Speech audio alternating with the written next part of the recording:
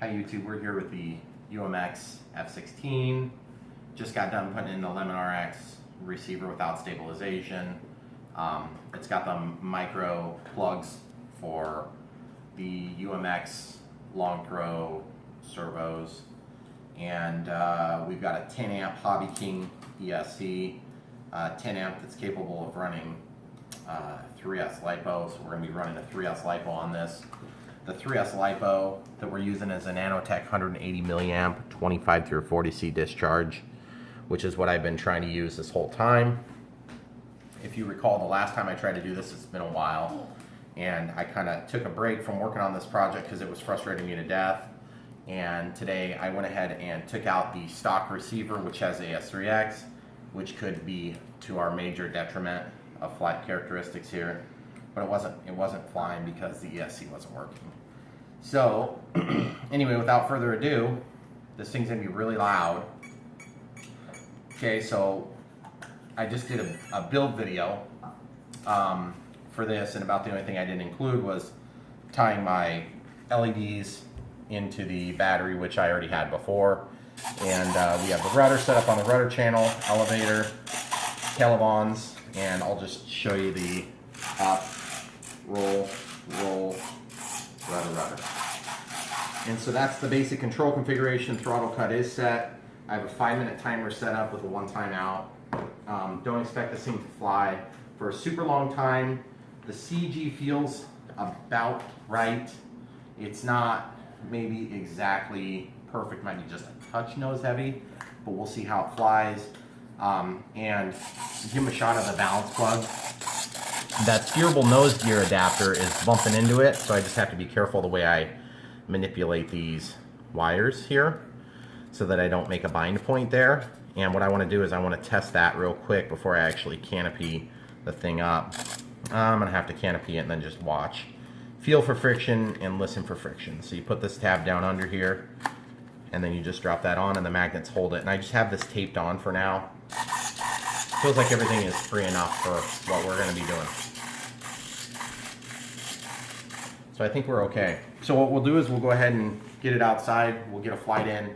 Hopefully my neighborhood doesn't disown me because these things are extremely obnoxious at full throttle on 3S. And hopefully it doesn't blow up into flames, which I kind of doubt.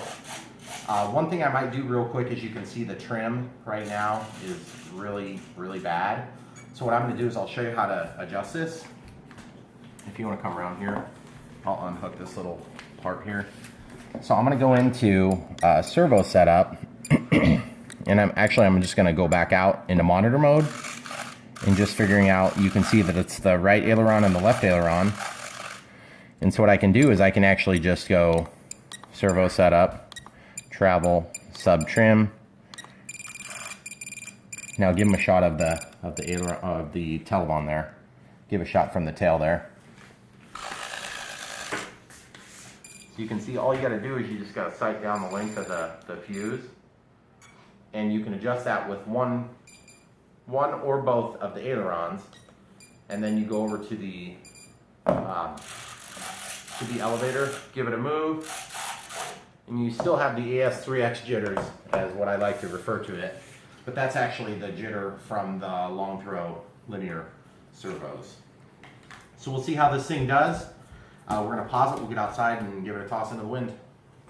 Alright guys, so one thing I'm noticing about these televons is I want to actually give a little bit of trim up.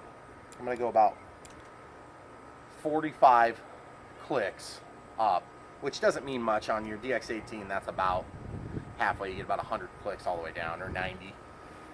And the wind is blowing this direction, so we'll just give it a toss and just one last throttle test. The throttle is going to work, it's going to be loud. And so I'm just going to get my glasses on, and we'll see how this goes. One last flight controls test. Just make sure they're going the right direction. Expo set to like 30% on all the control axes, and then I have a way to flip it to a higher setting and a lower setting depending on how it responds. So we'll see how this goes. Just waiting for the wind conditions to calm for a second. Huh?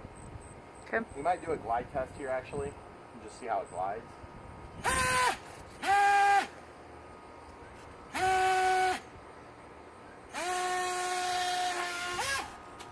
Okay, so far so good. Okay, so that went pretty smooth. The battery just popped out of the cavity, which is totally fine because really it's better to eject the battery out than to have a problem with the canopy or break something as a result. So I'm actually okay with the way that turned out.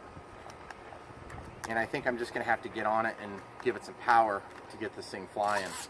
But without further ado, here we go. Yeah, not quite enough juice. Okay.